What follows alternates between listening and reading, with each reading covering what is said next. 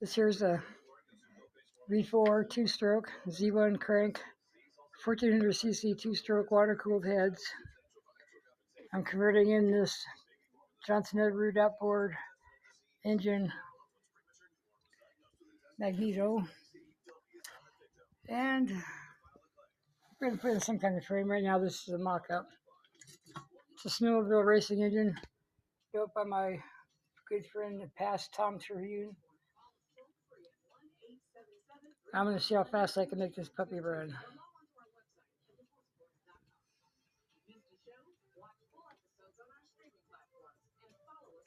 What do you think about that?